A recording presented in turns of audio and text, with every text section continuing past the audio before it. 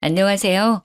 저는 40대에 접어든 여자로 저에게 일어난 아주 기가 막히고 코가 막히는 일을 썰로나마 풀어보려고 이렇게 사연을 보내봅니다.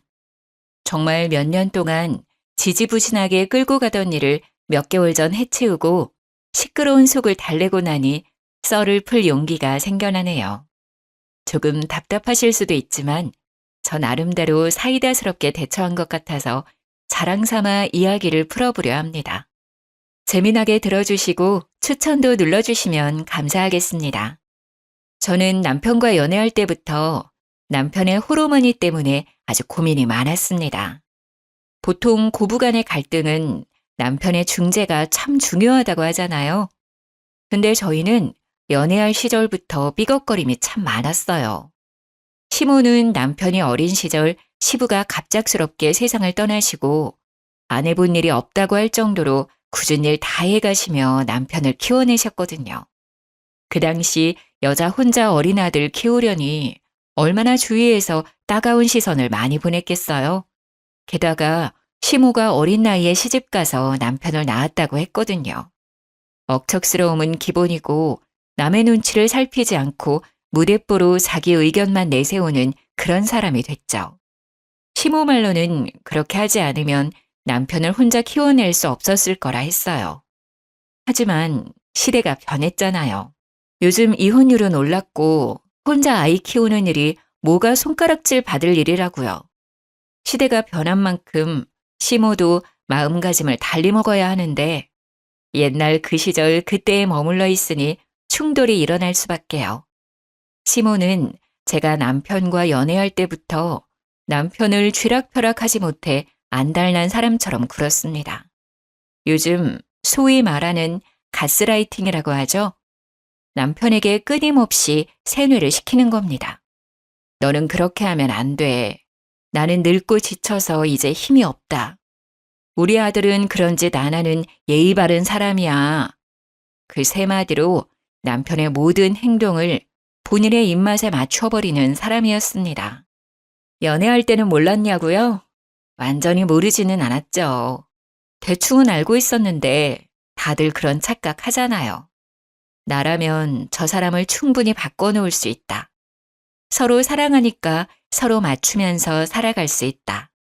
우리는 다르다. 뭐 그런 착각이요. 저도 당연히 남편과 살부대끼며 살면 맞춰갈 수 있을 거라고 장담했습니다. 결혼하고 나서는 시모랑 사는 게 아니라 저랑 사는 거니까 남편에게 의지를 불어넣을 수 있을 거라고 생각했어요. 남편과 연애하던 시절 답답한 일들이 차고 넘쳤지만 버텼습니다. 간단하게 예를 들면 저랑 남편이 데이트를 하고 있으면 전화가 와서는 아주 요란법석을 떨면서 시모가 본인 발을 다쳤다고 그래서 병원이라고 저희가 놀래서 병원으로 달려가면 그냥 발에 조금 생책이 난 정도로 인대가 늘어난 것 같다느니 깁스를 해달라고 고래고래 소리를 지르고 그러셨어요. 응급실에서도 몇 번 퇴짜를 맞고 동네 병원에서도 이건 그냥 소독만 하셔도 된다. 병원 올 일이 아니다 해도 아파 죽겠다고 난리를 치셨죠. 주말에 데이트를 하려고 약속을 잡고 있으면 슬그머니 남편에게 나도 같이 가고 싶다. 밖에 나가고 싶다. 나도 맛있는 거 먹을 줄 아는데 이러면서 남편한테 자꾸 같이 가면 안 되냐고. 어차피 결혼하면 자주 볼 건데 좀 껴달라고 불편하게 그러셨어요. 또 우리 효자 남편은 한두 번 거절하고 나니까 세 번 거절은 마음에 걸렸는지 저한테 양해 좀 해달라고 하고 한창 불타오를 시기에도 세 번에 한 번꼴로 시모랑 같이 데이트를 하러 다녔다니까요. 거기다가 저희 부부가 영화 보는 걸 참 좋아하는데 특히나 액션 영화를 정말 좋아해요. 좋아하는 영화 제작사에서 신작이 나오면 무조건 가운데 자리에 미리 티켓팅을 해서 보러 갈 정도로 좋아하는데 그거 보러 가려고 하면 본인도 껴달라고 하고 제가 오죽하면 해외 영화라 자막도 읽어야 하고 엄청 어지럽고 시끄러우실 텐데 괜찮으시겠냐고 돌려서 말할 정도였어요. 그래도 좋다고 굳이 따라와서는 영화 끝나고 멀미가 나서 죽겠니? 자막이 너무 빨라서 내용을 모르겠네 하시면서 집에 가자고 남편만 쏠랑 데리고 집으로 가버리시고 그랬습니다. 참, 이렇게 글로 쓰니까 연애할 때부터 답이 없었는데 전 왜 결혼까지 했을까요? 그때만 해도 아직 결혼하기 전이니까 라고 스스로를 가스라이팅 했던 것 같네요. 남편도 생각해보면 엄청난 마마보이였는데 그 당시에는 콩깍지가 씌어 있었는지 그게 다 시모 탓이라고만 생각했던 거죠. 손뼉도 마주쳐야 소리가 나는 법인데 제가 몰라도 너무 몰랐죠. 감쪽같이 속아 넘어가 결혼을 코앞에 두고 있을 때 정신이 번쩍 들어 남편에게 절대 합가는 없을 거라고 못 박았습니다. 남편도 당연히 합가 생각은 안 했다며 저의 의견에 동의를 해주었어요. 그런데 시모의 입장은 조금 애매했습니다. 합가를 하지 않을 거면 시댁 근처에 살았으면 좋겠다고 이야기를 했고 신혼집 위치를 시댁 근처로 잡으라고 종용했어요. 칼같이 거절했으면 좋았을 텐데. 애매한 것이 시댁이 딱 남편과 제 직장 가운데쯤에 위치하고 있었거든요. 교통편도 좋은 편이었고요. 어차피 합가는 없을 거라고 못 박아뒀으니 한 수 접어서 시댁 근처에 신혼집을 얻는 것도 나쁘지 않겠다 싶어서 그렇게 하겠다고 했습니다. 그러자 시모가 기분이 좋았는지 통 크게 신혼집 얻을 때 보태라며 3억을 주시는 거예요. 결혼해서 가족이 된다고 하니 저를 좀 이뻐해 주시는 건가 싶어서 감사하게 받았습니다. 그걸 받았으면 안 되는 건데. 항상 후회는 뒤늦게 하는 법이죠. 완전 제 착각에 빠져서 시모가 저를 위해 3억을 내어준 거라 생각했던 거죠. 양가의 축복 아래 꿈에 그리던 결혼식을 하고 신혼여행을 다녀오고 그때까지만 해도 행복에 겨워 잠을 못 이룰 정도였습니다. 남편과 단둘이 채워가는 신혼집이 너무너무 마음에 들었어요. 맞벌이로 지친 와중에도 서로를 챙기고 밥상을 같이 나누는 게 또 소소한 행복이더라고요. 그런데 6개월 즈음 지나서부터 그 행복에 조금씩 금이 가기 시작했습니다. 남편은 결혼 전부터 이직을 하고 싶어 했어요. 그 당시에 다니던 회사가 일은 많은데 연봉이 적었고 연봉 협상 테이블 상황도 여의치 않았거든요. 영업부라 허구한 날 술을 먹어야 했는데 이렇게 술독에 빠져 살 거면 차라리 돈이라도 많이 주는데 가고 싶다고 했습니다. 근데 기회가 찾아온 거예요. 연봉이 1.7배나 높은 회사에서 스카우트 제의가 왔고 남편은 뒤도 돌아보지 않고 이직을 했습니다.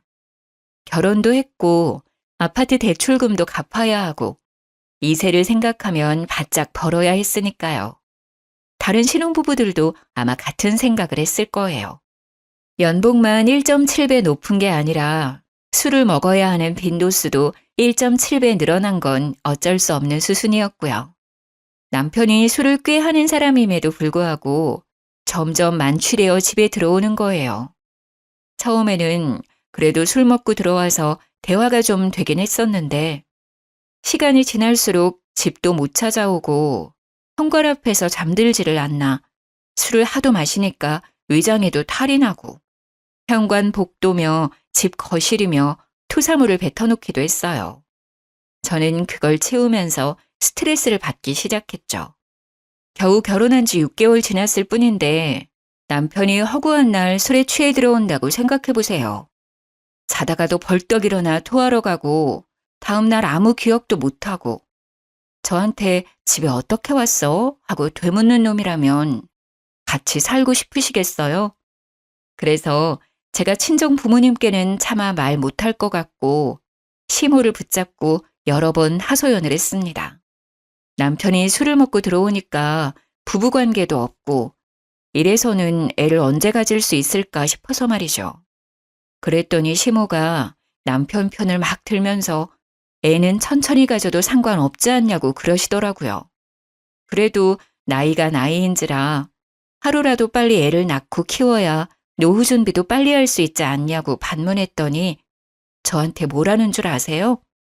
딱 이러셨어요. 근데 그 애가 안 들어서는 게 우리 아들이 술 먹어서 그런 게 맞니? 우리 아들이 건강한 체질이라 그렇게 문제가 있진 않을 건데. 그 말이 무슨 뜻이겠어요? 문제가 있으면 너한테 있지 우리 아들한텐 없다. 그러니까 애가 안 생기는 건 너의 탓이다. 하고 말한 거예요. 아니, 남편이 맨날 술 먹고 들어와서 뻗어서 잠만 자니까 애가 안 생기는 건데 그걸 어떻게 제 탓을 할 수 있는 거죠? 그냥 듣고 싶은 대로만 듣는 거예요. 타이밍이 맞아야 애가 생기든지 말든지 할 텐데 그건 쏙 빼놓고 그냥 제 몸에 문제가 있는 건 아니냐고 자기 듣고 싶은 대로 듣고 말하고 싶은 대로 하는 거예요. 그게 너무너무 열받더라고요. 제가 웃으면서 하늘을 봐야 별을 따져 했더니 여자가 부끄러운 줄도 모르고 그런 이야기를 한다고 또 버럭하시고 잘 지내고 싶어도 잘 지낼 수 없는 관계가 고부관계라더니 그 말이 실감나는 순간이었습니다. 어느 날은 시모가 나한테 남편이 맨날 늦게 들어오는데 혼자 있는 게 외롭진 않냐고 하시더라고요. 저도 퇴근하고 나면 저녁 7시는 되고 남편이 뭐 언제 들어올지는 몰라도 11시에서 새벽 1시 사이에는 들어오니까 그때까지 집 정리도 좀 하고 TV도 보고 취미 생활하느라 사실 그 시간이 지루하거나 하진 않았거든요. 아주 가끔 술 한잔 땡길 때는 외로울 때도 있지만요. 그래서 제가 그냥 글쎄요 하고 말았더니 저한테 냉큼 내가 여기 들어와서 같이 살까? 이러시는 거예요. 제가 너무 놀라서 거침없이 시모에게 말을 하고 말았습니다. 어머님, 그게 무슨 소리세요? 집이 코앞인데 합칠 이유가 없죠. 그랬더니 시모가 입을 삐죽이면서 저한테 묻더라고요. 넌 나랑 같이 사는 게 싫으니? 보통 며느리들 같으면 면전에 대놓고 싫은데요? 이런 말 못하겠지만 저는 입 빨린 말을 잘 못하는 성격이라 바로 말했어요. 제가 생각해도 무슨 용기로 그런 말을 했는지 모르겠네요. 싫어요, 어머님. 저희 맞벌이인데 어머님이 저희랑 같이 살면 부부 빨래에 청소에 밥에 그거 다 해주셔야 되는데 그러면 어머님도 불편하고 저도 불편하지 않을까요? 지금처럼 적당히 거리 있게 지내는 게 좋을 것 같아요. 그러자 시모가 알겠다고 하더라고요. 제가 현실적으로 청소에 밥에 빨래 이야기까지 나오니까 솔직히 하기 싫으셨겠죠. 제가 전업주부도 아니고 일을 하고 있으니까요. 만약에 집에서 남편이 벌어다 주는 돈으로 생활하는 전업주부였다면 시모는 몸만 달랑 와서 저를 엄청 괴롭히고도 남을 사람이었어요. 매일같이 잔소리해대면서 이거 해라 저거 해라. 우리 아들도 아까운 줄 모른다고 내내 외치셨겠죠. 그때만큼은 제가 일을 그만두지 않은 걸 정말 다행으로 생각했습니다. 그런데 항상 제 예상대로만 일이 흘러가는 건 아니었어요. 사고가 터지고 말았습니다. 남편이 그날도 술을 먹고 집으로 귀가하는 중이었고 저희 아파트가 신식 아파트는 아니라서 현관 입구에 계단이 좀 많았거든요. 근데 높이가 좀 일정치 않고 제멋대로이기도 하고 미끄럼 방지 처리가 되어 있었는데 그게 쇠붙이로 되어 있었어요. 평소에도 계단을 뛰어내려가던 어린아이들이 많이 다치는 곳이기도 해서 수리를 해야 된다는 이야기도 돌고 있었던 자리였습니다. 그 계단에서 하필이면 남편이 발을 헛디뎠고 높은 계단은 아니었지만 날카로운 쇠붙이를 얼굴로 긁으며 고꾸라지는 바람에 크게 다친 거였어요. 밤에 자려고 누웠다가 경비 아저씨 연락을 받고 뛰쳐내려갔는데 진짜 너무 깜짝 놀랐습니다. 얼굴이 다 긁혀서 상처투성이었고 발을 심하게 삐었는지 발목이 돌아간 것처럼 보였어요. 놀래서 눈물도 못 흘리고 악소리만 내고 있는데 경비 아저씨가 구급차를 불러주셔서 병원으로 급하게 이송이 되었습니다. 얼굴은 완전히 다 긁혔지, 발에는 깁스를 했지, 피멍도 막 올라오지, 치아도 흔들린다고 하더라고요. 거기다가 속에 뼈가 어찌 다쳤는지, 머리는 안 다쳤는지 정밀 검사를 해봐야 한다는 의사 말에 너무 놀랬습니다. 뇌파 검사를 위해서 빈속으로 진행되어야 하니 금식하라는 안내를 받고 입원 병동에 들어갔어요. 남편은 그 와중에도 술이 덜 깨서 비몽사몽하고 있고 저는 잠이 확 깨서 남편 옆에서 간호를 하고 미리 시모한테 연락을 했었는데 한두 시간 있다가 병원에 도착하셨더라고요. 그러면서 우리 아들 술 먹고 속이 얼마나 아프겠냐면서 글쎄 흰죽을 쑤어다가 오신 거예요. 보온병을 열어서 흰죽을 꺼내 남편 입에 들이미는데 의사가 금식을 해야 된다고 했잖아요. 너무 놀래서 시모 손을 탁 쳐냈더니 도끼 눈을 뜨면서 저를 째려보시더라고요. 어머님, 이 금식해야 된대요. 검사가 밀려 있어서 잠시 병실에 온 거예요. 요즘은 밥 다 먹고도 검사 가능하다더라. 우리 아들 속이 얼마나 허하겠니? 그러면서 제 말은 모조리 무시하고 숟가락으로 떠서 입에 들이미는데 의사가 금식하라고 했는데 도대체 왜 말은 안 듣는 건지. 만약 한 입이라도 먹었다가 검사 늦춰지면 그건 또 누구 보고 감당하라고 저렇게 대책 없이 구는지 모르겠더라고요. 그래서 별 수 있나요? 간호사 호출 버튼 계속 눌렀죠. 남편은 술이 안 깨서 입도 못 벌리고 잠에 빠져 있고 시모는 계속 입에 죽 넣으려고 난리고 저는 발만 동동 구르면서 간호사를 기다렸습니다. 황급히 달려온 간호사가 병실 상황을 파악하고 시모한테 소리를 질렀어요. 환자분 금식이에요. 금식 안 하시면 음식물 역류해서 기도가 막힐 수도 있어요. 기도가 막히면 숨을 못 쉬고 그러면 정말 큰일 나요. 죽 얼른 치우세요. 그제서야 시모가 아유 그런 줄 몰랐다면서 보온병에 싸온 죽을 치우더라고요. 제가 분명 의사가 금식하라 했다고 말을 했는데 모른 척하고 그러니까 너무 짜증났습니다. 제 말은 무시하고 간호사가 와서 이야기하자 그제서야 듣는 그 꼬라지가요. 남편은 모든 검사를 마치고 이상 없다는 판정을 받았습니다. 단지 발목이 돌아가서 6주 정도 깁스를 해야 된다는 이야기를 들었고 얼굴에 난 상처를 소독만 잘해주면 된다고 했어요. 치아가 조금 걱정이긴 했는데 넘어지면서 잇몸을 다친 것 같다고 치아 자체는 괜찮으니 냅두면 아물 거라고 하더군요.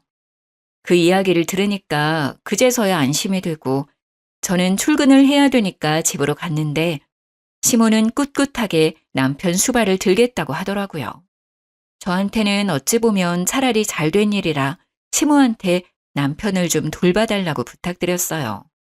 평일에는 시모가 병수발을 해주고 주말에는 제가 하기로 약속을 했습니다. 바쁜 평일을 보내고 주말에 병원에 갔는데 시모가 도무지 집에 갈 생각을 안 하더라고요. 제가 오죽하면 집에 가서 옷도 좀 갈아입으시고 쉬시라고 했는데도 우리 아들 지켜야지 가긴 어딜 가냐며 저를 꿔다 놓은 보리자루 취급을 하더라고요. 식사가 나오면 숟가락에 밥 두고 반찬 떠서 입에 막 넣어주고 그러는데 남편이 발을 다친 거지 손을 다친 게 아니잖아요. 근데 입만 벌려서 그걸 받아먹고 앉아있더라고요.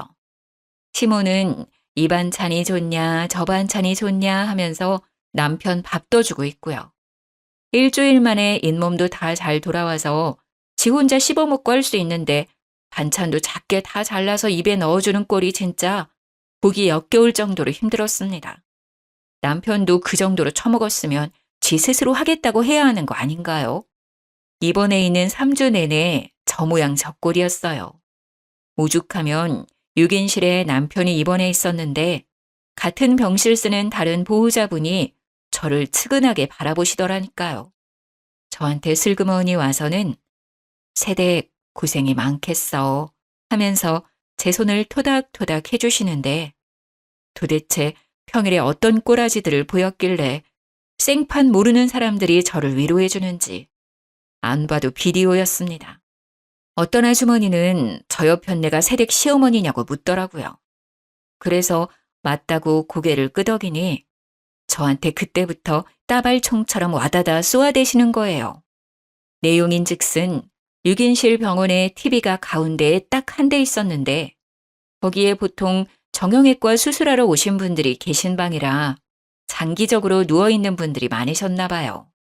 그래서 병실 내에 계신 보호자들끼리 암묵적인 규칙을 두고 TV를 보셨대요. 일일 드라마, 주말 드라마 같은 걸 딱 하나로 통일해서 보고 계셨던 거죠. 우리 시모가 병실에 자리 잡기 전까지는 아무 문제 없이 순번 지켜가면서 잘 보셨다고 했어요.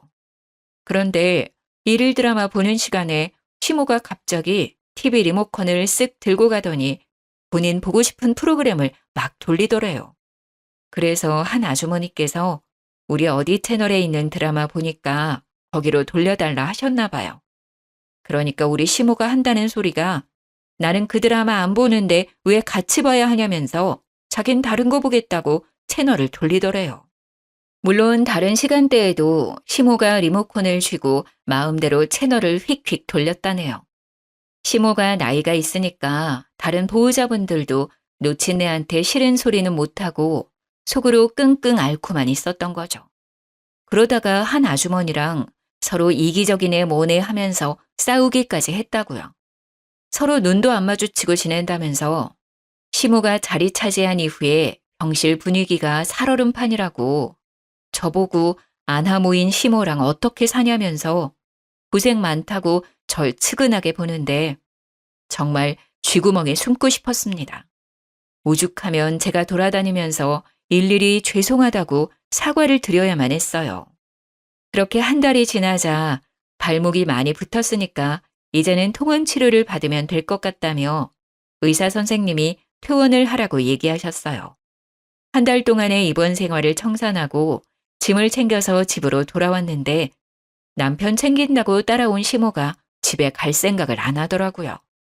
처음에는 그냥 밥이라도 먹고 가시려나 보다 하고 대수롭지 않게 생각했는데 밤 11시가 다 되어가는 시간임에도 거실에 붙박이장처럼 가만히 쓰시는 거예요. 약간 불안한 마음이 들어서 시모한테 시간이 늦었으니 이만 집에 가보시라고 했죠. 그랬더니 저한테 말을 막 쏘아붙이시더라고요. 예, 나 없으면 우리 아들 밥은 누가 챙겨주니? 이제 이 일상생활은 가능하다고 하는데 알아서 차려 먹겠죠. 배달을 시키던가요. 내가 있는데 굳이 그럴 필요 있니? 우리 아들 발이 아직 불편한데 어디가 일상생활이 가능하다는 거야. 너 출근하고 나면 내가 다 챙길 테니 걱정 말고 일 보거라. 솔직히 남편의 상태가 완전히 좋아진 건 아니니까 시모의 말에 일리도 있고 제가 반박할 거리가 없게 오목조목 말하더라고요. 그 와중에 제 고집 부린다고 집에 가시라고 등 떠밀 수도 없는 상태고 무엇보다 남편이 시모가 옆에 있었으면 하는 것 같았습니다. 그래서 그냥 알겠다고 할 수밖에 없었죠. 저야 뭐 일하고 와서 늘 그랬던 것처럼 시간을 보내면 될 거라고 생각했어요. 그런데 그건 제 착각이었습니다. 자연스럽게 짐을 하나둘 옮기고 우리 집에 딱 눌러붙기 시작하는데 느낌이 쎄하더라고요. 이대로는 안 되겠다 싶어서 일부러 불편하시라고 주말에는 친정으로 피신을 가 있기도 했어요. 그런데 제가 눈치를 주려고 일부러 틱틱거려도 꿋꿋하게 저희 집에서 나갈 생각을 안 하시는 거예요. 일주일만 참자, 2주일만 참자 하고 남편이 깁스를 풀 때까지 기다렸습니다.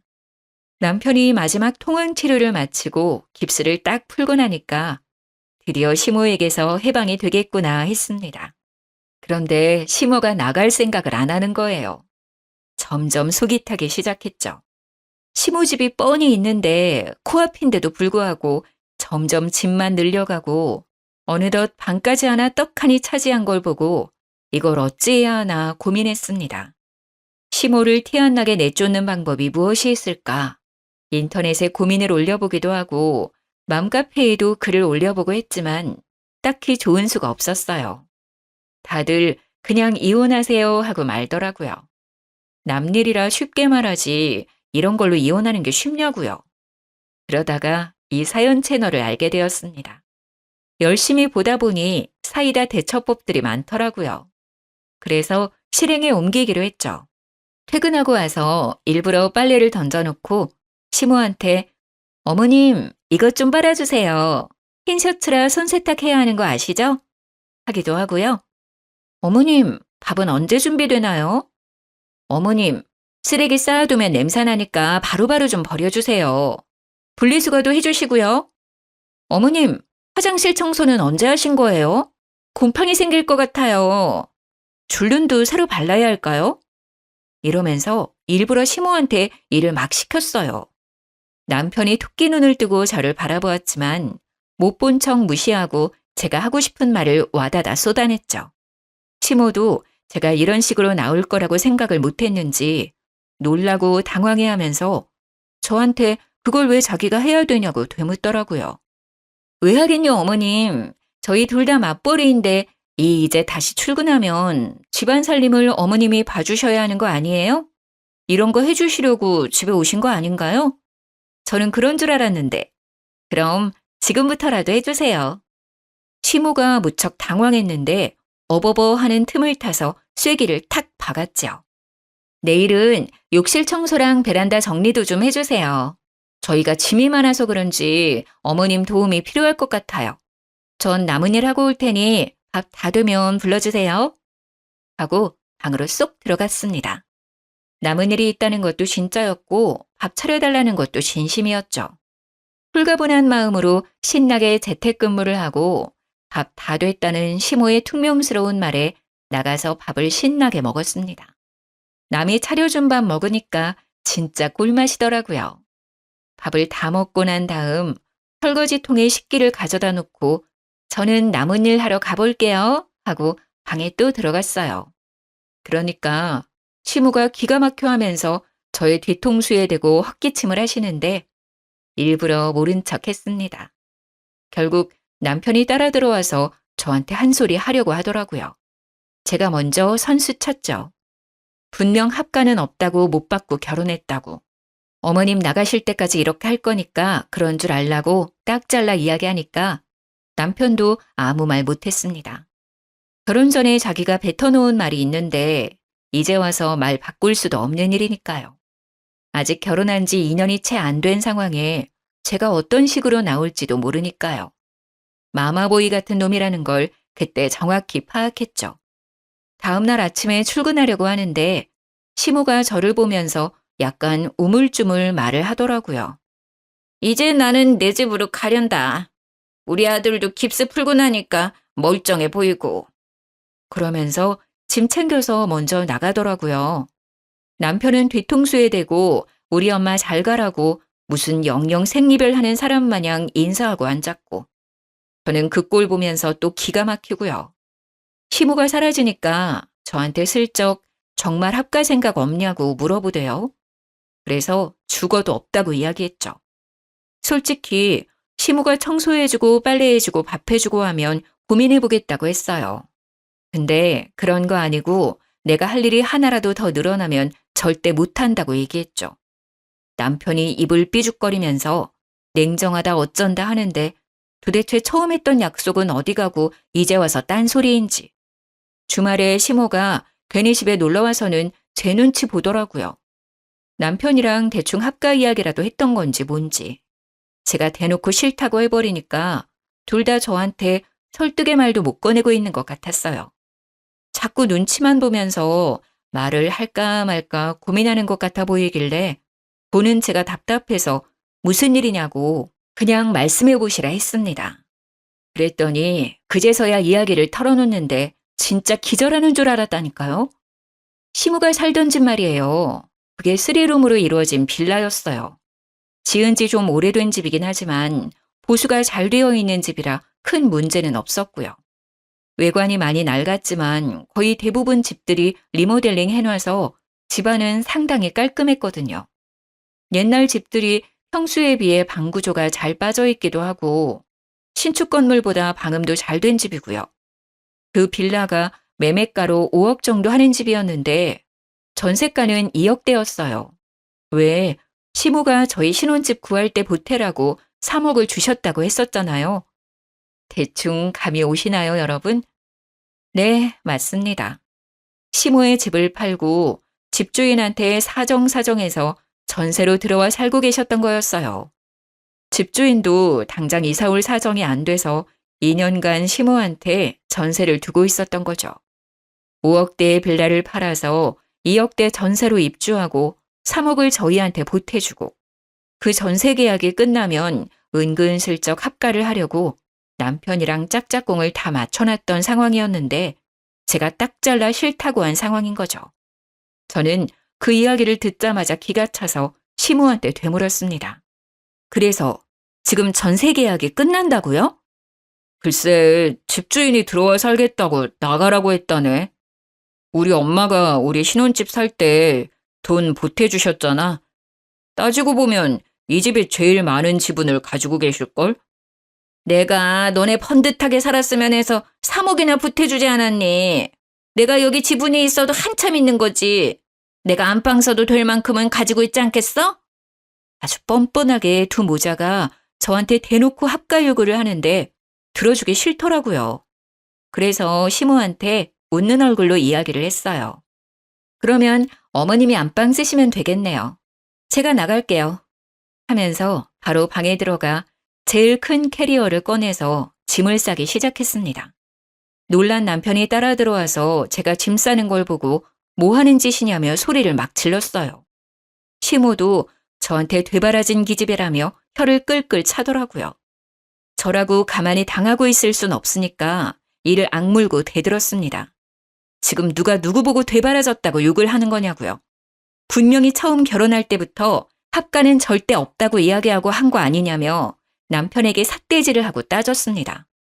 남편은 저한테 스리슬쩍 일이 이렇게 될 줄 몰랐다고 하는데 모를 리가 있나요? 전세 계약 끝날 시점에 은근 눌러붙으려고 작정한 것도 그렇고 다 계획적으로만 보였습니다. 제가 하나하나 따지니까 시모의 불같은 성격이 타오른 건지 갑자기 저한테 달려들어서 제 머리채를 확 휘어잡는 거예요. 저는 속수무책으로 머리채를 잡혀 시모에게 휘둘리고 말았습니다. 남편이라는 작자는 제가 머리채 잡혀 악소리를 내고 있는데도 말릴 생각은 안 하더라고요. 이거 놓고 말하시라고요. 어머님이 그럼 저희 집 살림 다 봐주실 수 있어요? 저도 남편처럼 그냥 바깥일만 하고 집안일 신경 하나도 안 써도 되냐고요. 이게 어찌 며느리 주제에 지 남편이랑 똑같이 하려고 그러? 저는 어이가 없어서 남편을 확 째려보면서 말했습니다. 너도 너네 엄마랑 같은 마음이냐고요. 너네 엄마라고 이야기하자 남편이 인상을 팍 썼지만 저는 신경 안 썼어요. 이제는 진짜 될 대로 되라, 나도 막 나간다 그런 마음이었거든요. 끽해봐야 이혼밖에 더 하겠어요? 애도 없겠다. 그냥 이혼하고 혼자 사는 게 더 낫겠다 싶기도 했습니다. 당신이 말해보라고. 당신도 어머님이랑 같은 생각이야? 며느리 주제에 남편이랑 똑같이 하려고 드냐는 그 말에 동의하냐고.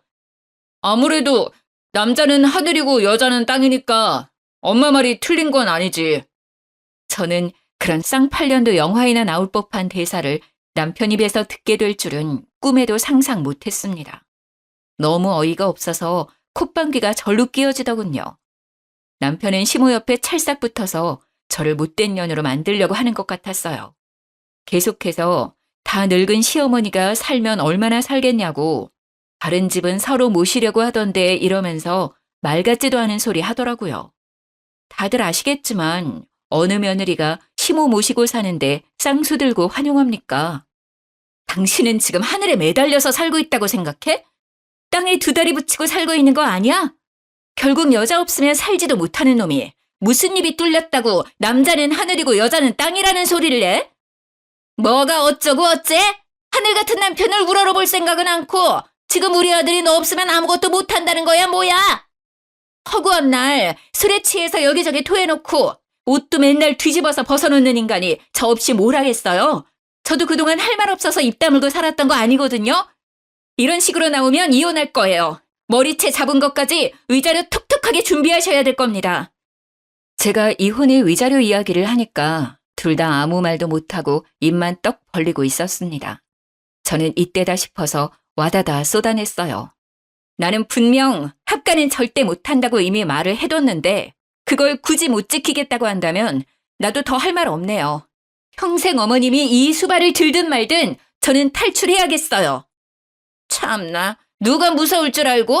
그래, 너 나가. 내가 내 아들 챙기면서 잘 살 테니까 너는 짐 챙겨서 나가. 저는 네, 알겠습니다 하고 서둘러 옷가지들과 제 귀중품을 챙겨서 나왔습니다. 남편이 저의 팔을 턱 붙잡았지만 더 센 힘으로 뿌리치고 나와서 택시를 잡아 타고 친정으로 왔어요. 제가 큰 캐리어까지 들고 친정에 오니 부모님께서 너무나도 놀라셨지만 저는 천천히 모든 일을 이야기해드렸습니다. 아빠는 저한테 이혼까지 할 일이냐고 반문했지만 엄마가 아주 든든하게 제 편을 들어주셨습니다. 이래서 남자들이란 다 똑같다는 거야. 지네 엄마 챙길 줄이나 알지 평생 붙어 사는 마누라 챙길 줄은 모른다니까. 왜 결혼만 하면 효자 노릇 못해서 안달인지 모르겠다. 네 아빠도 똑같이 그러더니 내가 아주 입이 없어서 그동안 참고 산 줄 알지? 엄마가 씩씩거리니까 아빠가 바로 엄마 화를 풀어준다고 변명을 막 하더라고요. 저는 아빠한테 엄마 같은 사람 어디에도 없으니까 잘 좀 하라고 했어요. 모질이 같은 남편 덕분인지 저희 부모님 사이에 쌓여있던 앙금도 이 기회에 풀어버렸고요.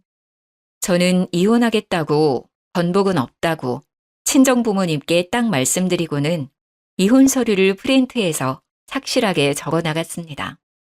빈칸 없이 꽉 채워서 다음날 눈 뜨자마자 집에 찾아가 미처 가져오지 못한 짐들을 챙기고 남편과 시모에게 서류를 내밀었어요. 적을 건 다 적어놨으니 나머지 채울 부분만 채워서 가정법원 앞에서 보자고 했습니다. 남편은 이혼 서류를 보고서도 믿지 못하는 듯 해보였지만 시모는 오히려 바락바락 저한테 아주 잘 됐다고 악담을 퍼부었습니다. 지아비 버리고 먼저 도망가면 평생 불운하다나 뭐라나. 저는 당연히 듣는 척도 안 했죠. 남편이랑 평일에 반차를 내고 가정법원에 서류를 접수하고 이혼 교육도 들어야 한다고 하더라고요. 착실하게 교육까지 듣고 법원에서 준비해주는 상담도 받고 그럼에도 불구하고 이혼하겠다고 했습니다.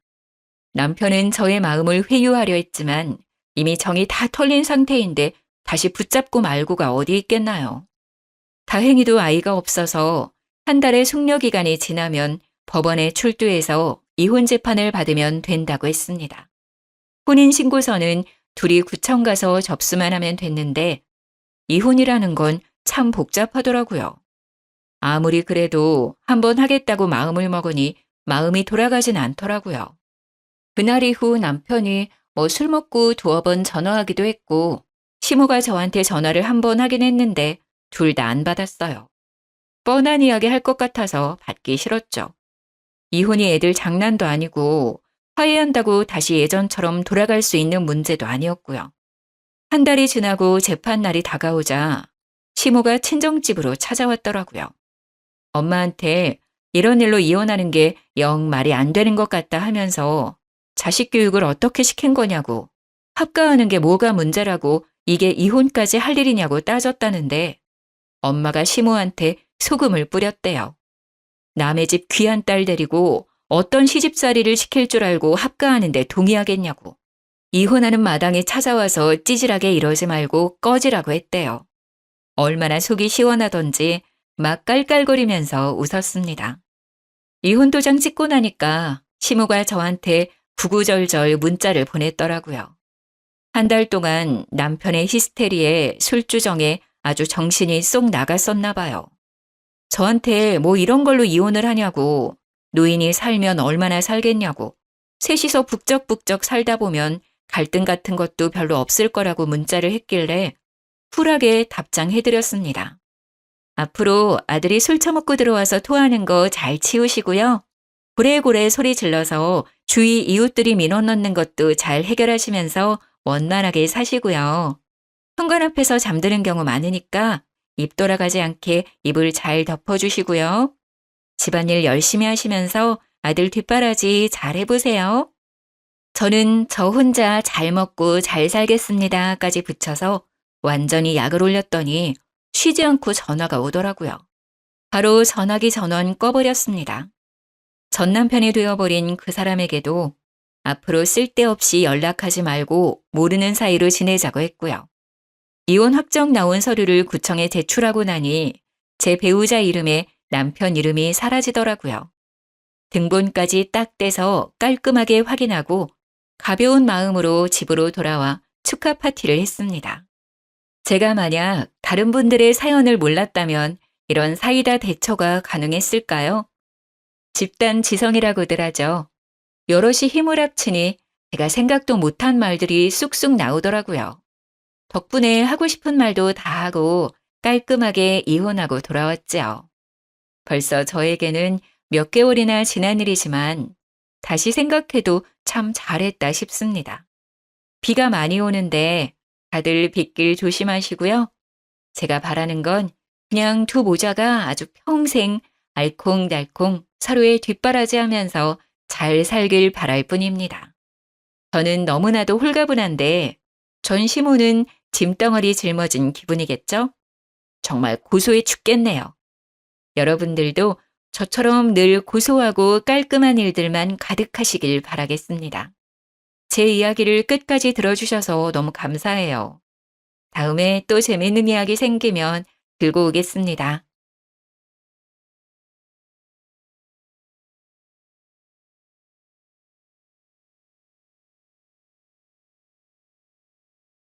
안녕하세요. 저는 몇 해 전 이혼에 성공한 돌싱 30대 후반의 여성입니다. 마흔을 눈앞에 두고 나니 이런저런 추억을 떠올리다가 이혼 때의 일이 생각나더군요. 지금껏 모두 잊고 지냈는데, 아니, 덮어두고 지냈다는 게 맞을 거예요. 요즘 사연글을 읽다 보니 예전 일이 생각나서 제 이야기 한번 나눠볼까 해서 이렇게 글을 작성하게 됐어요.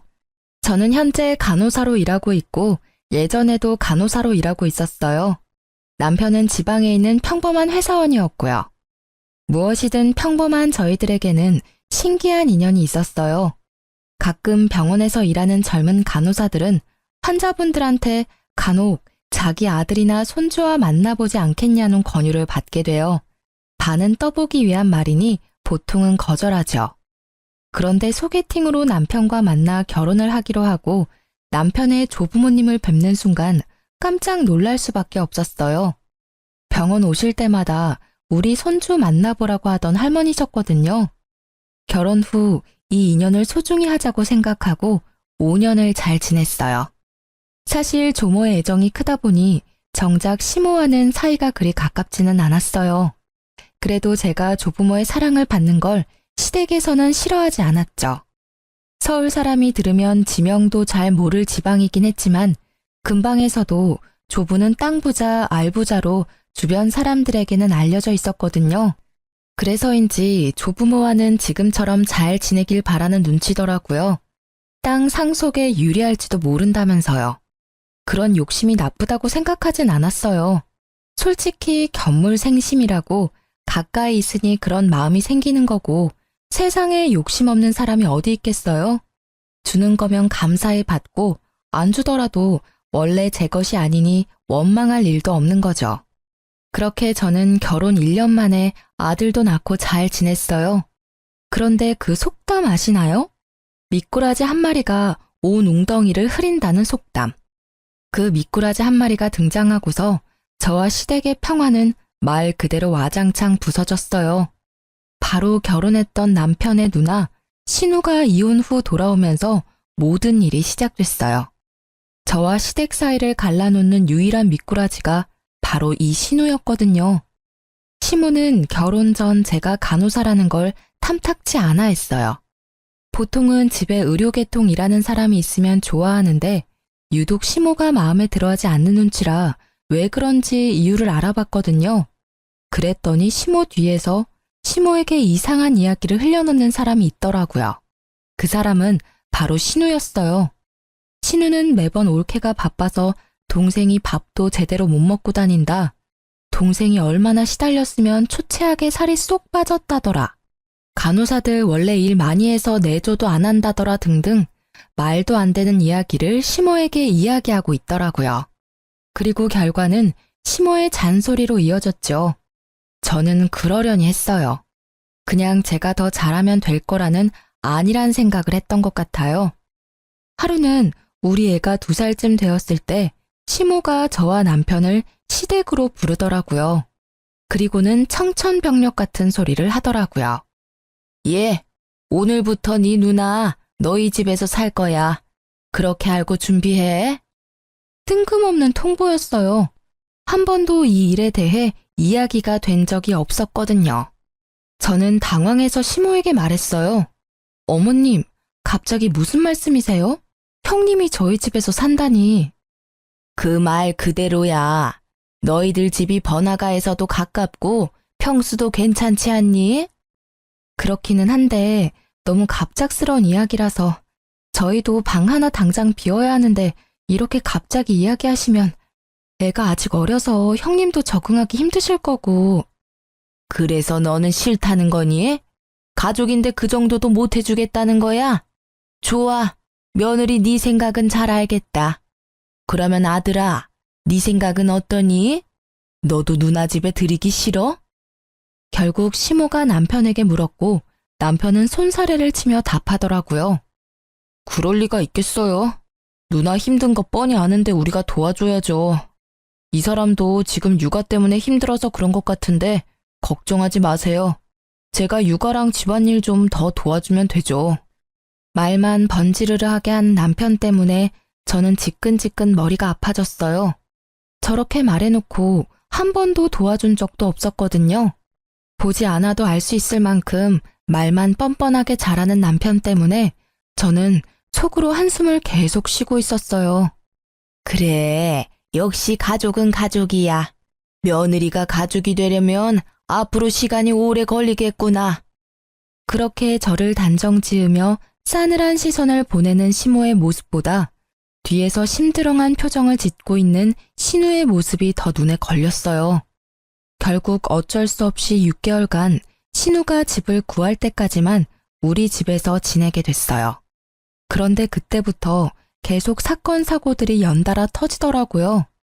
사람 하나가 늘어났을 뿐인데 해야 할 일들은 몇 배로 늘어났어요. 집을 어지르는 건 물론 자기 옷은 세탁도 하지 않고 밥도 챙겨 먹은 적 없이 제가 챙겨주는 밥 꼬박꼬박 받아 먹더라고요. 그뿐만이 아니에요. 제 물건과 옷을 말도 하지 않고 사용하는 바람에 저는 스트레스가 극에 달했어요. 저는 물건을 아껴 쓰는 편인데 신우는 제 것을 아무렇게나 막 쓰면서 자주 잃어버리기까지 했어요. 그렇게 잃어버린 제 물건이 손가락의 개수를 넘어갈 때쯤에는 저도 참을 수 없었어요. 그렇지만 무턱대고 뭐라 할 수 없었기에 몰래 안방에 홈캠을 달아놨어요. 제 물건은 모두 드레스룸에 넣어두기 때문에 남의 안방에 들어오지만 않으면 될 일이잖아요. 그렇게 홈캠을 달고 일주일도 지나지 않아 신우와 저는 한판 싸우게 됐어요. 저에게는 결혼 전날 조모에게 받은 물건이 있었어요. 그것도 시모 몰래 주신 중요한 물건이었거든요. 시할머니가 시집 올 때 받은 폐물인데 그걸 저에게 주셨어요. 그만큼 제가 조모에게는 귀엽고 애정 있는 손부였다는 뜻이었겠죠. 그래서 저도 그걸 안방 이불장 안쪽에 몰래 넣어뒀어요. 다른 장신구들은 화장대에 있는 장신구함에 넣어뒀으니 설마 도둑이 들더라도 이런 곳까지는 뒤지지 않을 거라 생각해서 숨겨둔 아주 중요한 물건이었어요. 그런데 그게 사라졌더라고요. 저는 너무 놀라 홈캠을 돌려봤어요. 제가 출근한 다음에 신우가 들어와 옷장을 뒤졌더라고요. 마치 도둑처럼 말이죠. 저는 그걸 확인하고는 당장 신우를 찾았어요. 신우는 시댁에 갔다고 하더라고요. 저는 신우가 올 때까지 기다리지 않고 시댁으로 찾아갔어요. 솔직히 말해서 시모에게 신우의 행동을 알려주고 싶다는 생각도 있었어요. 그래서 빨리 신우를 내보내고 싶었거든요. 시댁에 갔더니 신우가 거실에 있더라고요. 형님, 저랑 이야기 좀 해요. 무슨 이야기? 나는 할 말 없는데? 저는 할 이야기가 많아요. 이때까지 제 옷이며 가방 없어질 때도 참았거든요. 그런데 이건 좀 아니죠. 어떻게 도둑처럼 장 안을 뒤져서 물건을 가져갈 수 있어요? 도둑? 옳게. 무슨 말을 그렇게 해? 내가 자기 물건 좀 썼다고 해서 그런 식으로 말하는 게 말이나 돼? 옳게 내 집에 얹혀 산다고 나 지금 꼽주는 거니? 어이가 없어서? 그냥 내가 꼴 보기 싫으면 꼴 보기 싫다고 말해. 시댁이라서 말 못하니? 물건을 좀 쓰신 게 아니죠. 가져가면 다시 돌아오질 않잖아요. 게다가 이번에 가져가신 물건은 명백하게 장을 뒤져서 가져가신 거예요. 아니, 어떻게 집주인이 감춰둔 물건을 뒤져서 가져가실 수가 있어요? 결국 제 입에서 큰 소리가 터져 나오고 안쪽에서 난리가 났더라고요. 방에서 나오는 시모의 얼굴 뒤로 조모의 얼굴도 보였어요. 저는 아차 싶었어요. 이런 모습을 보여드리고 싶지 않았으니까요. 게다가 조모에게 받은 걸 잃어버렸으니 제 표정을 본 건지 신우의 얼굴이 당당해지더니 그 피해자처럼 굴더라고요. 엄마, 올케가 나 도둑으로 몰았어. 아니, 같이 사니까 옷이 섞이거나 물건이 섞이는 건 어쩔 수 없는 거 아니야? 그걸 보고 이렇게 시댁까지 와서 큰 소리 치고 올케는 도대체 뭐 하는 사람이야? 올케야말로 무고한 사람을 범죄자로 몰잖아. 내가 그렇게 싫었어? 나도 그렇게 오랫동안 올케네 집에 있을 생각 없었어. 상황이 안 돼서 좀 길게 있는 것뿐인데 왜 매번 이렇게 나를 도둑 취급하는 건데? 증거도 없이 날 의심하고 아무리 봐도 올케는 날 그냥 싫어하는 것뿐이잖아. 도대체 뭘 잃어버렸길래 나한테 와서 이러는 거야? 뭘 잃어버렸냐는 말에 할 말이 많았던 제 입이 꾹 닫혔어요. 그리고 저도 모르게 시할머니 눈치를 보게 되더라고요. 시모 모르게 준 물건이라 그 이야기를 꺼내는 게 너무 조심스러웠거든요. 거 봐. 뭘 잃어버렸는지도 모르면서 나를 도둑 취급하고. 그래, 너 뭘 잃어버렸길래 이 난리야. 별거 아닌 거 잃어버린 거면 그냥 네가 참고 넘어가. 네 신우가 일부러 그랬겠어?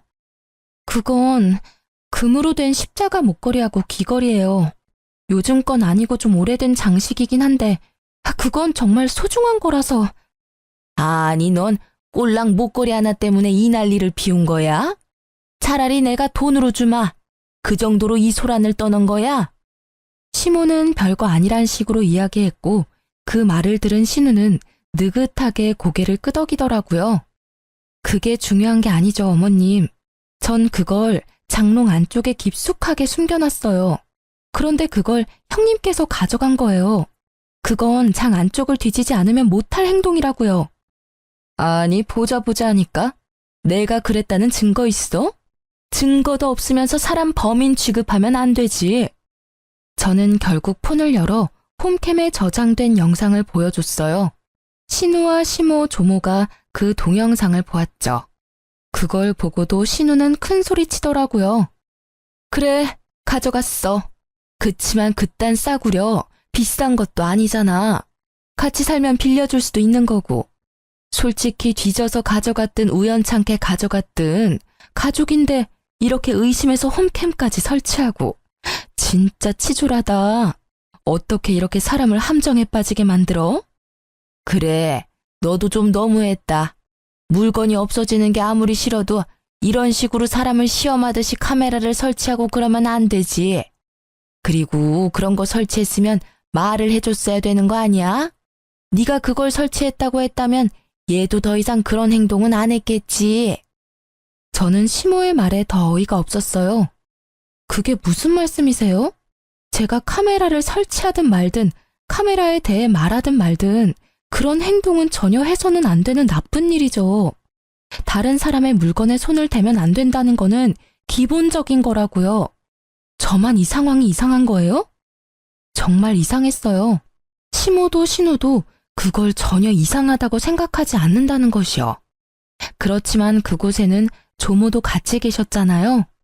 결국 조용하게 듣고만 있던 시할머니가 신우에게 말했어요. 너 저 물건 정말로 가져갔니? 잠깐만 빌릴 생각이었어요. 솔직히 그렇게 예쁘고 귀한 것도 아니고 왜 장 안에 숨겨놨는지 이상할 정도로 옛날 물건이었다고요. 저도 눈이 있는데 그딴 걸 하고 싶었겠어요? 그럼 대체 왜 가져간 거예요? 디자인도 옛날 거고 예쁘지도 비싸지도 않은데 그냥 놔두셨으면 될 일이고 애초에 뒤지지만 않았어도 그냥 올케가 애지중지하는 거라 궁금했던 것뿐이야. 그럼 지금 당장이라도 돌려줘요. 그딴 거 어디 있는지 내가 알게 뭐야? 그게 뭔데 나한테 이러는 건데? 그거 내가 손부 결혼식 전날에 너희들 몰래 준 폐물이다. 내가 물려받아서 가지고 있던 거 그거 줬어. 그러니까 지금 당장 내놓는 게 좋을 거야. 네 눈에는 싸구려처럼 보여도 나는 그걸 내 시어머니한테 물려받았으니까. 시할머니의 말에 신우는 물론 시모의 얼굴까지 하얗게 질렸어요. 저는 잃어버린 것도 죄라는 마음으로 고개를 숙였어요. 그런데 조모의 말에 신우의 변명이 더 웃겼어요. 할머니, 제가 그냥 판 거 아니에요. 올케가 나한테 돈을 안 줘서 그런 거라고요. 집에 돈이 있는데 나한테 한 푼도 안 주니까. 너 지금 그걸 말이라고 하는 거니? 애미야, 너는 도대체 딸 자식 교육을 어떻게 시킨 거야? 올케 돈이 네 돈이니? 거기다 돈 맡겨놨어? 지금 그 집에 식충이처럼 들어가 살면서 숙박비 한 푼도 안 주는 네가 돈을 왜 요구해? 조모의 호통에 시모의 어깨가 더 쪼그라들었죠. 그러나 시모의 얼굴은 좋지 않았어요. 혼나서라기보다는 며느리 앞에서 조모에게 혼나는 게 자존심 상한 것처럼 보였거든요. 긴 말할 것도 없고 그 물건 당장 찾아와. 어디다 팔았는지는 모르겠지만 그거 안 가져오면 우리 재산은 너희 집에 한 푼도 안 줄 거야. 결국 상속이라는 히든 카드를 꺼내들자 시모의 얼굴이 더 급해졌어요. 얘, 너 어디다 팔았는지 빨리 말해. 이러다가 진짜 네 아빠한테 혼날지도 몰라. 어서. 아이씨, 왜 나만 갖고 그래? 내가 뭘 그렇게 잘못했다고. 그렇게 따지면 우리한테 아무 말 안 하고 올케한테만 그 귀한 걸 물려준 할머니한테도 잘못 있는 거 아니냐고. 얘가 정말 못하는 소리가 없어 할머님한테. 그래, 말 잘했다. 네가 이러는 걸 내가 모를 줄 알았냐? 그래서 그 귀한 걸 너희한테 안 물려준 거다. 그리고 너 당장 그 집에서 나와. 애미 너는 책임지고 네 딸 집에 붙들어 놔. 결국 신우는 조모의 말 한마디로 저희 집에서 나가서 시댁에 들어가게 됐어요. 그러나 신우와 시모는 제가 조모의 사랑을 더 많이 받는다는 것과 저 때문에 그들이 조모에게 찍혔다는 말도 안 되는 이유로 저를 더 경계하더라고요. 게다가 이 사실을 알게 된 남편은 그 와중에 저를 탓하더군요. 조용히 넘어갈 수 없었냐고요. 그렇게 한 소리 들었지만 저는 몸과 마음이 너무 홀가분했어요. 신우가 집에 없다는 이유만으로 저는 마음의 위안을 얻었어요. 그리고 그렇게 신우가 나가고 평화를 되찾은 줄 알았던 제게 다시 한번 큰일이 닥쳤어요. 이번에는 시댁이 아니라 친정이었죠. 아버지가 지병으로 수술을 받아야 하셨거든요. 어려운 수술에 아버지는 보험도 크게 들어놓지 않아서 수술비가 꽤 모자라겠더라고요. 결국 돈이 부족해서 남편에게 부탁했어요. 여보, 혹시 모아놓은 돈 좀 있어? 내가 모은 돈으로는 아빠 수술비에 많이 모자라서. 뭐? 난 모아놓은 돈 없는데? 딱 이 말이 끝이었어요. 많이 나쁘시냐, 어떤 수술이냐 물어보지도 않더라고요. 그러지 말고 여기저기 한번 알아봐줘. 나중에 내가 다 갚아줄게. 한 번만 좀 도와줘봐. 아니, 도와줄 방법이 없는데 어떻게 도와줘? 나도 지금 먹고 죽을래도 없는데 어디다가 빌려? 엄마는 이미 너한테 빈정 상한 지 오래라 안 빌려줄 것 같고. 그러면 당신만 괜찮으면 엄마를 우리 집에서 모실 수 있을까? 엄마네 집을 팔고 그 돈으로 수술비하고 남은 걸로 전세 얻으면 될 것 같거든. 그때까지만이라도 우리 집에서 엄마 모시면. 뭐? 장모님을 어떻게 모셔? 난 내 집에 다른 사람 있는 거 불편해서 안 돼. 게다가 장모님이라니. 넌 내 생각은 안 해? 아무리 봐도 나는 불편한 관계일 수밖에 없잖아. 기분이 너무 나쁘더라고요. 신우가 우리 집에 왔을 때는 가족이니 어쩌니 하며 환영하더니 장모 모시자니 안 된다며 질색팔색하는 모습을 보니 정이 뚝 떨어지더라고요. 그렇지만 이해하려 노력했어요. 제가 시댁을 어려워하는 것만큼 남편에게는 처가가 어려울 거라고 생각하기로 했어요. 내가 싫어하는 짓을 남편한테 시키는 건 좀 아니라고 생각했거든요. 그래서 골똘히 생각하다가 10년이나 다니던 직장을 퇴사하기로 했어요. 돈이 필요해서 일을 그만둔다는 것 자체가 무척 부끄러운 일이지만 아버지가 아프니까 어쩔 수 없잖아요. 그리고 그렇게 퇴사를 하고 받은 퇴직금을 아버지 수술비에 보탰어요. 그렇지만 결국 아버지는 돌아가시고 말았어요. 저는 아픔과 슬픔을 동시에 느꼈지만 그와 함께 분노도 같이 느껴야 했어요. 친정아버지가 아플 때 단 한 번도 병원에 와보지 않은 남편 때문에요. 매번 내가 같이 가자고 해도 불편하다는 말로 거부하던 남편이었어요. 그때는 이해했지만 아버지가 돌아가시고 나니 화가 확 치밀어 오르더라고요. 그렇지만 참았어요. 아버지 상중이었잖아요. 그렇게 돌아가신 아버지의 입원비도 제 퇴직금으로 지급하고 나니 남는 돈은 그다지 없더라고요. 그렇지만 아버지가 사망보험금은 많이 들어뒀더라고요. 어머니가 그걸로 제가 쓴 퇴직금만큼의 비용을 돌려줬어요. 그리고 나머지 보험금의 절반을 뚝 떼서 저에게 더 얹어줬죠. 힘들 때 믿을 건 딸뿐이라고 이야기하면서요. 그 사망보험금을 받으면서도 얼마나 마음이 아프던지. 이걸 쓰는 일은 없을 거라는 생각으로 집으로 돌아오고 며칠이 지나서 남편이 저를 붙잡고 할 이야기가 있다고 하더라고요. 저기, 당신한테 상의할 일이 있는데 우리 집을 좀 팔아야 할 것 같은데. 뭐? 갑자기 그게 무슨 소리야? 집을 팔자니. 당신 나 몰래 대출 받았어? 아니면 도박? 아님 사고라도 쳤어? 아니야. 날 뭘로 보고 그런 소리를 해? 그건 아니고 내가 돈이 좀 필요한데 지금 당장 돈이 없으니까 집을 팔자는 거지. 그 돈은 반으로 나눠 갖고. 아니 그러니까 이유가 뭔데? 돈을 어디에 쓸지 알아야 팔지 말지 답을 할 거 아니야. 그만큼 중요한 일이면 내가 알아야 되지 않겠어? 사실은 누나가 본가에서 나오고 싶어 하는데 돈이 없잖아. 그래서 나더러 좀 빌려달래. 물론 공짜로 빌려주는 건 아니고 이자 빵빵하게 쳐서 돌려준다는데 솔직히 나쁘지는 않잖아. 우리야 집 팔고 합가하면 돈 나갈 것 없고 나중에 그 돈 다 이자 붙어서 돌아오면 그게 투자지.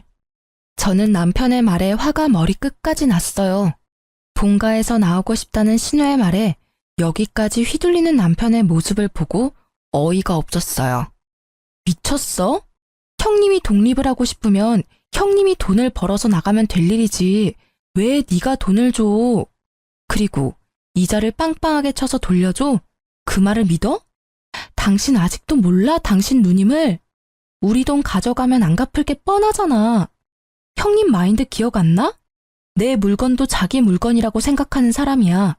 게다가 장 안에 있던 물건까지 뒤져서 팔았던 사람이라고. 돈 되는 일이면 도덕이고 뭐고 아무것도 없는 사람. 당신 돈이라고 다르겠어? 이대로 집 팔면 우리한테는 아무것도 안 남는 거야. 게다가 합가라니.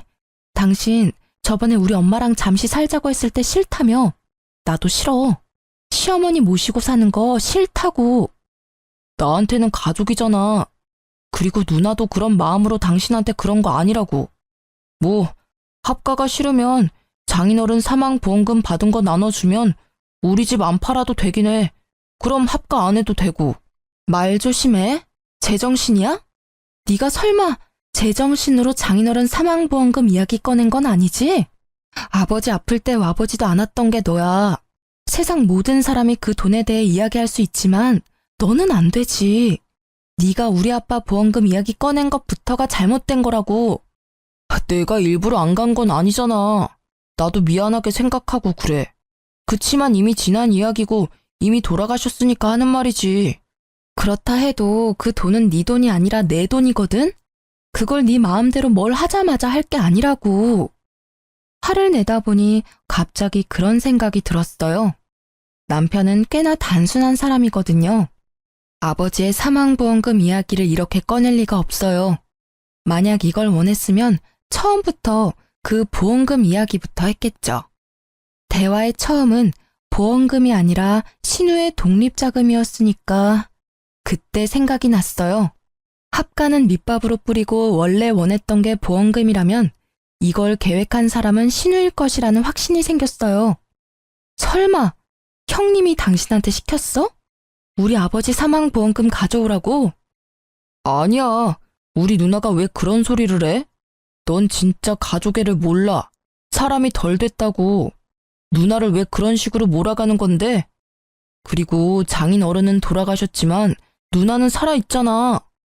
남편의 그 마지막 말에 있던 미운 정도 뚝 떨어진 저는 시댁에 가서 단판을 짓기로 했어요. 그런데 그곳에도 제 편은 없더라고요. 형님이 이 사람한테 저희 아버지 사망보험금 가지고 오라고 시켰어요? 그게 무슨 말이야? 생사람 잡지 마. 나 그런 소리 한 적 없어. 올케도 진짜 너무하네.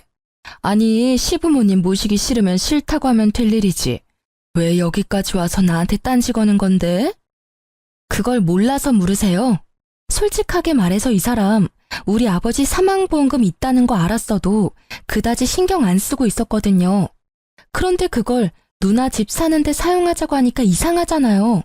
이때까지 신경도 안 쓰던 돈을 갑자기 지금 이야기할 이유가 없으니까요. 예, 너 아무리 신우가 편해도 이렇게 갑자기 와서 이러는 건 예의가 아니라는 생각 안 하니? 무슨 애가 예의도 모르고 갑자기 찾아와서 이런 짓을 해? 그리고 합가 이야기 나도 들었지만 네가 이런 식이라면 내가 더 싫다 얘. 사람을 무슨 보험금 노리는 나쁜 사람들로 몰아? 그냥 시부모 모시기 싫으면 싫다고 말을 하면 되지. 이런 식으로 구는 건 너무하다는 생각 안 하니? 이 일을 일으킨 신우에 대한 잘못을 이야기하는 사람은 아무도 없고 이곳까지 와서 신우에게 따진 저를 시부모 모시기 싫은 며느리로 몰아가더라고요. 결국 저는 참을 수가 없었어요. 알았어요. 저도 이런 일로 이렇게 부딪히는 거 더 이상 피곤해서 안 하려고요. 당신, 우리 이혼해. 나는 합가 못하고 아버지 보험금도 못 줘. 그러니까 이혼하고 재산 분할해. 그리고 나서 그 돈으로 당신이 형님한테 돈을 주던지 말던지 알아서 해. 당신도 알겠지만 이 이혼의 원인은 당신한테 있으니까 나는 절대로 애는 안 뺏길 거야. 제 말에 남편이 먼저 반응했어요. 뭐? 이혼하자고 하면 내가 무서워할 줄 알았어? 해! 내가 왜 못해? 어차피 이혼하면 나보다 당신이 더 힘든 거 알지? 한 입으로 두 말하지 말라고. 나중에 나한테 돈이 없으니 빌려달라니 뭐 그딴 말은 하지 말라고. 애는 안중에도 없고 그저 돈. 이 사람이 내가 결혼한 그 남자가 맞나 싶더라고요. 그래, 둘이 헤어지면 되겠네. 여자가 이혼하고 나면 얼마나 웃긴 꼴을 당하는지 모르지? 다른 사람들한테 욕 얻어먹는 건 너야. 시어른 모시기 싫어서 이혼한다는 며느리. 잘 됐지. 알아서 나가준다니. 시어른 모시고 못 모시고가 중요한 게 아니거든요. 장인 사망보험금을 자기 누나 집 사는데 보태겠다는 남편과 시댁이 어이없어서 이혼하는 거예요. 어떻게 남의 아버지 사망보험금을 넘봐요? 여기 있는 사람들 중에 우리 아버지 아플 때 병문안 온 사람이 한 사람이라도 있긴 해요. 진짜 뻔뻔하고 부끄러움을 모르는 사람들이 누군데? 저는 빽 고함을 질러주고는 뒤도 보지 않고 집에 와서 아이와 제 짐을 싸서 집을 나갔어요. 이혼할 때까지 얼굴도 마주하고 싶지 않았거든요. 물론 이혼 서류도 바로 작성해서 보내기로 결정했죠. 그렇게 나오니 화는 여전했지만 그래도 조금은 속이 편했어요. 그 인간들 얼굴 안 봐도 되니까요. 이혼 과정도 순탄치만은 않았어요. 소송 중에 남편은 저를 가족에 충실하지 않은 아내로 몰아가더라고요. 그래서 저는 신우와 남편, 시모의 괴롭힘을 이혼 사유로 밀고 나가기로 했어요. 이때만 해도 남편의 조부모님은 우리의 이혼 소송을 알지 못하는 상황이었어요. 안 봐도 눈에 훤했죠. 제가 조모에게 관심받는 걸 아는 시모가 어떻게든 그걸 숨긴 거겠죠. 아마 결과가 자기들한테 좋게 나오면 이야기하려 했을 거예요. 그렇지만 그렇게 되기 전에 조부모님과 저는 우연한 기회로 다시 만나게 됐어요. 바로 저의 새로운 직장에서요. 제가 퇴직하고 직장 자리를 알아보던 중에 요양병원을 소개받아 일자리를 옮기게 됐거든요. 그런데 그곳에 조모와 조부가 찾아오셨더라고요. 물론 제가 있어서 온 건 아니어서 저를 보시고는 깜짝 놀라셨죠. 보니까 다른 보호자를 데리고 오지 않은 것 같더라고요. 그날 조모는 초기 치매를 진단받았어요. 조부는 제가 이 병원에 있는 걸 보더니 조모를 이곳에서 케어하길 바라더라고요. 아무래도 최근 노환으로 거동도 많이 불편해지는 바람에 집에서 돌보실 수 없는 상황이 된 것 같았어요. 그래서 저는 여기 모시면 제가 최대한 손 닿는 데까지는 잘 보살펴 드리겠다고 했죠. 조부는 그걸 고마워하고 입원 수소까지 마쳤어요. 그렇게 조모가 입원하고 한 달이 되고 결국 조부를 제외한 어느 누구도 병원을 찾지 않더라고요. 그런데 딱 한 달이 되는 날에 병원으로 가족들이 우르르 찾아왔더라고요. 물론 그 중에는 이혼 소송 중인 남편도 있었죠. 그 사람은 퇴근길에 제게 전화해 잠시 만나자고 하더라고요. 무슨 일이야? 바쁘니까 빨리 끝내줄래? 많이 바빠. 그럼 내가 당신 집으로 가서 이야기해도 될까? 지금은 어디 살고 있어? 혼자서는 많이 힘들지? 갑자기 내 생각해주는 척 말하는 남편이 굉장히 수상해 보였어요. 애가 혼자 기다려서 그런 거니까 빨리 용건만 말해. 당신 혹시 집으로 다시 돌아올 생각 없어? 당신한테 서운하게 했던 건 내가 다 미안하게 생각해. 앞으로 절대 그럴 일 없도록 노력할 테니까 이혼 소송 취하하고 돌아와. 뭐? 내가 왜 그래야 하는지 이유를 설명해봐. 설마 고양이 쥐 생각해주는 건 아닐 테고. 당신이 선량한 마음에 나와 아들을 생각해서 그러는 것도 아닐 테고. 왜? 신우가 또 돌아오라고 시켰어? 이번에는 뭐가 목적인데? 목적이라니 그런 거 아니야. 그냥 당신이 그 병원에 있는 걸 보니까 당신하고 나한테 모두 도움이 될 일이라고 생각해서 이런 제안을 하는 거지. 절대로 다른 뜻은 없어. 그래서 뭐가 우리 둘한테 도움이 되는 일인데. 잘 들어봐. 할아버지가 어제 오셔서 할머니를 잘 모시는 사람에게 가지고 계신 땅을 모두 주겠다고 하셨거든. 근데 병원에 딱 당신이 있잖아. 할머니도 당신한테 의지 많이 하고 있고 당신도 땅 가질 수 있는 절호의 기회지. 그리고 누나도 당신한테 사과하고 싶다고 하기도 했고. 그래서 사실 이번에 만나면 꼭 우리 본가에 당신 초대하라고 했었거든. 그 말에 진짜 어이가 없더라고요. 딱 보니 병수발은 나한테 맡겨두고 땅은 자기들이 꿀꺽할 생각이면서 마치 저한테 땅이라도 챙겨주겠다고 이야기하는 그 사기꾼 같은 얼굴이 진짜 짜증났어요. 게다가 더 열받는 건 이 생각이 모두 남편 머리에서 나온 게 아니라는 사실 때문이죠. 이런 생각은 역시 신우가 아니면 못할 생각이에요. 남편은 굉장히 단순하거든요. 하도 간곡히 부탁하는 남편 때문에 시댁에 한번 방문했죠. 옳게 왔어? 자, 앉아. 우리 할 이야기 있지? 사실 내가 이제까지 좀 너무했다는 생각은 해. 내가 옳게 하고 같이 사는 바람에 이래저래 오해가 생겼으니까. 그래도 이제는 그럴 일 없잖아. 우리는 같이 살 일 없고 내가 더 이상 올케한테 돈 빌려달라고 할 것도 아니고. 동생한테 다 들었지? 그런 이야기야. 우리가 싸울 필요가 없잖아. 올케가 할머니만 잘 모시면 우리 모두 좋은 일인데. 안 그래? 이 말을 듣는 저는 신우의 뻔뻔함에 기가 찼어요.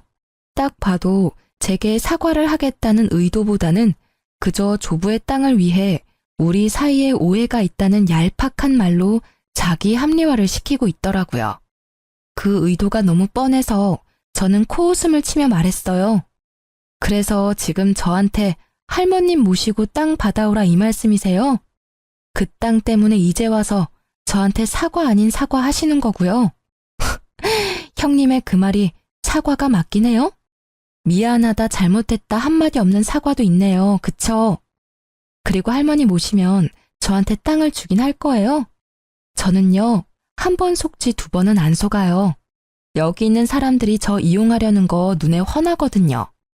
차라리 깨끗하게 이혼하고 여기서 빠질게요. 잘 됐네. 우리도 올케 입장 확인했으니까 됐어. 올케가 지금 어정쩡한 상황이라 우리도 곤란했거든. 땅 욕심 없으니까 경쟁에는 안 끼일 테니까 하루라도 빨리 이혼해. 그럼 이제 우리 집에서 나가줄래? 제가 하지 않겠다고 말하니 아주 빠르게 제 집에서 나가라며 사람을 잡상인 취급하는 신우를 보며 저는 고개를 저으며 밖으로 나왔어요. 이 사람들은 그저 혹시라도 저한테 땅이 돌아갈까봐 걱정하며 제 생각을 확인하려던 거였더라고요. 그리고 그렇게 이혼 소송은 굉장히 빠르게 진행됐어요. 오래 걸릴 거라고 생각했는데 신우가 저와 남편이 연결되어 있으면 땅이 혹시라도 저한테 올지도 모른다는 생각이었던 것 같아요. 그래서 소송은 제가 원하던 대로 마무리가 잘 됐어요. 저는 재산 분할을 받았고 아버지의 사망보험금 받은 걸로 새로운 집을 얻었죠. 그런데 얼마 지나지 않아 그 사람들이 그렇게 걱정하던 일이 제게 벌어졌어요. 조부가 저를 댁으로 부르더라고요. 저는 조부가 증손을 보고 싶어 한다고 생각해서 아들을 데리고 갔는데 거기에는 이미 성객들이 있더라고요. 시부모와 신우, 전남편까지요. 내가 오늘 이야기를 들었는데 너희들 이혼했다는데 그게 맞냐? 네, 할아버지. 저희 이혼하고 이제 남입니다. 그런데 이 사람은 왜 부르셨어요? 그래, 그게 사실이었구나. 그렇다면 내가 가진 땅 하나를 손부에게 줄 생각인데. 할아버지, 말씀은 똑바로 하셔야죠. 손부라니, 여기 손부가 어디 있어요? 쟤는 남남이라고요. 동생이랑 이혼하고 아무것도 아닌 사람이요. 그렇다고 저기 있는 증손이 내 핏줄이 아닌 건 아니지 않냐? 안 그러냐? 그 말에 아무도 대답을 못했죠. 결국 제가 말을 했어요. 할아버님, 그 땅은 안 받을게요. 그러지 않으셔도 할머님은 잘 모실 테니까 저한테 그럴 의도로 주시겠다는 거면 저는 안 받을게요. 너도 내 말을 못 알아듣는구나. 나는 너에게 땅을 주지만 내가 너에게 땅을 주는 건 네 아들인 내 증손한테 주는 거야. 그러니까 네가 받겠다 안 받겠다 할 게 없는 거지. 조부의 그 말에 저는 할 말이 없더라고요. 결국 신우가 그 말에 화가 뻗쳤는지 저에게 소리치더라고요. 이 여우 같은 게 할아버지를 어떻게 꼬신 거야? 너 일부러 그 요양병원 간 거지? 그래서 할아버지 할머니 오기 기다린 거지? 다 계획적인 거 아니야? 설마 이런 걸 예상하고 친권 받아간 거니? 저는 이 상황이 그냥 웃겼어요. 조부가 주겠다는 땅은 아주 작은 평수의 노른자 땅도 아니었어요. 당시에는 시가도 얼마 나가지 않는 땅인데 그걸 빼앗겠다며 마치 제가 술을 쓴 것처럼 말하더라고요. 결국 조부의 입에서 호통이 터져 나왔죠. 조용히 못해? 이 집구석을 이렇게 엉망으로 만든 게 누군지 내가 몰라서 잠자코 있는 줄 알아? 어디서 네 할머니 열심히 보살피는 손부한테 그런 막말을 짓거리는 거야? 네 할머니 입원하고 병원 찾아간 사람이 여기 누가 있냐? 병원 한 번을 안 온 것들이 땅 이야기에 벌떼같이 달려드는 걸 보니 속이 타. 할아버지, 오해하고 있으신 거예요. 저희도 찾아갔는데 할아버지가 모르시는... 거짓말 좀 작작해라. 내가 바본 줄 알아? 너희 할머니가 치매라서 완전히 간 줄 알지? 아직 초기라서 멀쩡할 때가 더 많아. 너희들 하는 걸 보니 나 아플 때 병원 들어가면 너희들이 어떻게 할지 눈에 뻔히 보여. 내가 손부에게 땅을 준 건 너희들에게 보내는 경고야. 이번에 새로 유언장을 작성했고 거기에는 내가 죽을 때까지 나를 가장 잘 돌본 사람에게 내 전 재산을 물려주기로 했다. 그러니 그렇게 알고 있어. 조부의 말에 그 자리는 정적으로 가득 찼어요. 저를 탓하는 게 중요하지 않다는 걸 이제야 깨달은 가족들은 서로 눈만 굴리며 어떻게 해야 그 땅을 받을 수 있을지 생각하고 있는 것 같더라고요. 결국 그날 이후로 시댁 식구들은 제게 연락을 안 했어요. 그렇지만 전 남편은 제가 조모와 조부를 잘 모실 수 있다 생각한 건지 매번 연락해왔어요. 다시 한번 잘 생각해봐. 우리가 다시 합치면 할아버지 땅 고스란히 우리한테 들어올 거라니깐. 이것도 형님이 시켰어? 참 당신도 변함없다. 나는요, 장인어른 아플 때 코빼기도 보이지 않은 너 같은 인간하고 같이 사는 건 지옥이라고 생각하거든요. 그러니까 여기서 시간 낭비하지 말고 다른 여자 찾는 게 더 빠를 거야. 결국 그 뒤로 남편은 연락을 뚝 끊었어요. 그 몇 년 후 조모는 돌아가시고 조부도 병원에 입원하게 됐어요. 가족들의 반발에도 조부는 제가 있는 요양병원에 오게 됐죠. 시댁 식구들은 돌아가며 조부의 병문안을 오더라고요. 그 와중에 전 남편은 재혼을 해서 재혼한 아내를 데리고 왔더라고요. 알고 보니 요양보호사 자격증이 있더라고요. 그 여자가 아침부터 저녁까지 조부를 케어하더라고요. 딱 보니 그렇게 하면 조부의 땅을 자신이 가질 수 있을 거라 생각한 것 같더라고요. 자기는 온 지 10분도 안 돼서 바쁘다며 나가버리는 주제에. 그리고 한 달 뒤 전 남편이 조부를 보러 왔을 때 조부가 말하더라고요. 너는 네 아내만 보내면 네가 땅을 받을 수 있을 거라 생각한 모양인데 만약 계속 이렇게 손부만 보낼 시에 그 땅은 네 손부 명의로 줄 거다. 너한테는 한 푼도 안 줄 거야. 네가 나를 돌본 게 없으니 한 푼도 줄 필요가 없겠지. 안 그러냐? 결국 그 조부의 말에 대리인을 내세워 조부를 케어하던 시댁 식구들은 부랴부랴 병문안을 매일 번갈아 가며 경쟁적으로 오더라고요. 그 전 남편의 재혼한 아내의 일도 알고 보니 형님이 그렇게 조종한 거였더라고요. 그 뒤로 조부는 요양원으로 들어가게 됐고 꽤 한참 뒤에 조부의 소식을 들었어요. 알고 보니 조부는 이미 자신의 모든 재산을 사회에 환원하기로 결정한 상태였더라고요. 일부러 가족들의 버르장머리를 고치려고 그런 거짓말을 해서 마지막까지 자신을 돌보도록 만든 거였더라고요. 결국 조부 임종 직후 자신들에게 떨어질 것이 단 하나도 없다는 걸 알게 된 가족은 닥쳤던 개의 신세가 된 거였어요. 특히 조부 재산만 믿고 돈을 펑펑 쓰던 형님은 모든 것을 잃고 시댁에 다시 돈을 벌렸는데 시댁 또한 조부의 재산이 없다는 걸 알고서는 형님에게 줄 돈이 없다며 집에 오지 말라고 매몰차게 대했대요.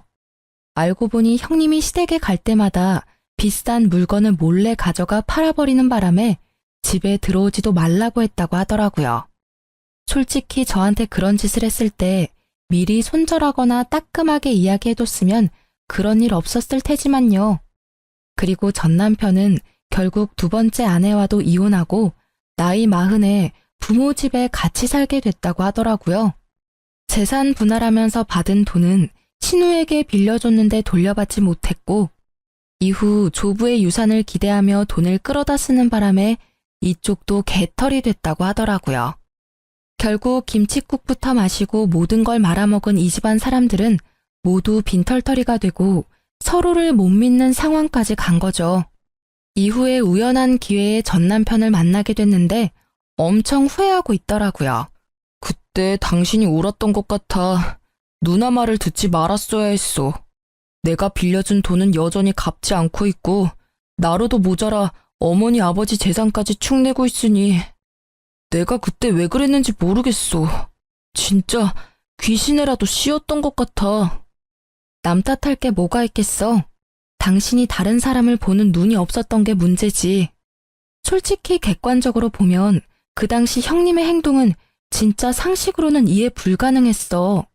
아무리 팔이 안으로 굽는 가족이라도 적정한 선이라는 게 있는데 그걸 한참 넘은 상태였는데 아무도 그거에 의문을 품지 않았으니까.